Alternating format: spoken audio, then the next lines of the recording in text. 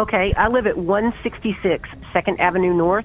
That's the building where the melting pot is located and Rodizio.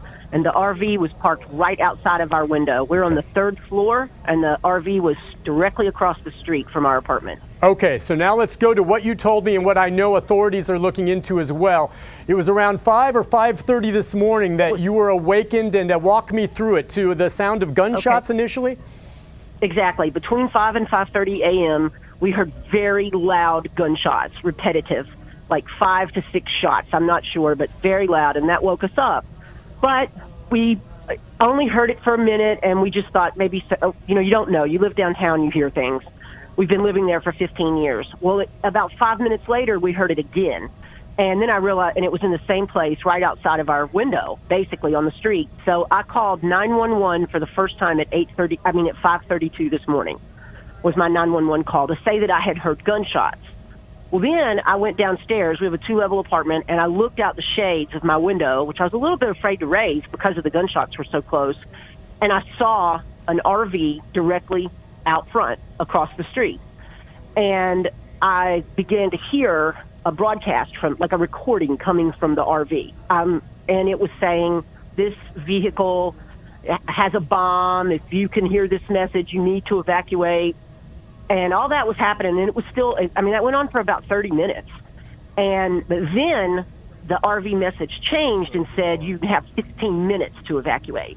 And then we heard 14 minutes. Well, I went downstairs and I looked out on the sidewalk, and I saw that police were at both ends. By the way, I did see a police officer earlier between 5:30 and 6 a.m. walk around the RV. Okay, and 911 told me that police had responded. So they had responded, and we'll take it from there then. So what you're saying you heard at some point, and maybe this was something law enforcement had already been alerted to, was some kind of an announcement coming from the RV. I think you mentioned to me, did you not, it sounded recorded, a male voice, but you never saw any individual inside the RV. No, I couldn't see inside the RV. It was parked facing in an opposite direction, so I never saw the windshield. And, I was listening to something that I think you guys just played on the news, and now I'm not as positive it was a male voice, but it was definitely a recorded voice. A recorded voice, okay. Consistent, saying, evacuate this area. This vehicle is a bomb.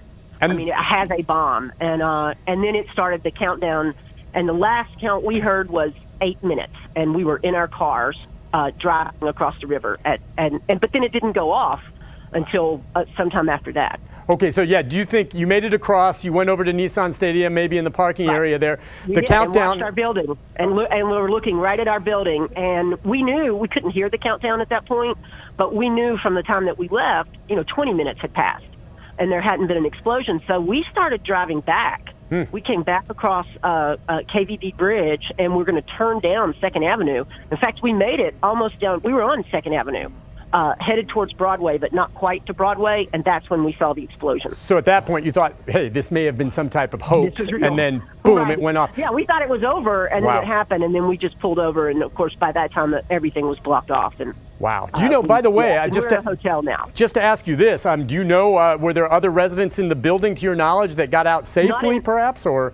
Not in our building is a vacation rental business. We run that. Now, 2 of our family members are here.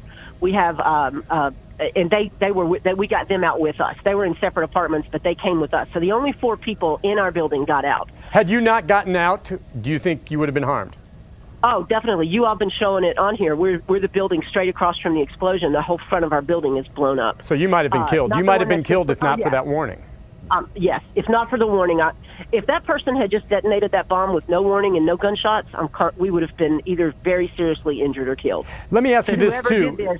As someone who's familiar, obviously, very familiar with 2nd Avenue, the fact that there would have been an RV parked there along that stretch on Christmas morning, not that unto itself, by itself, just sitting there, is not all that unusual, would it be? There were other vehicles parked on the road. That wouldn't have been suspicious by itself, would it?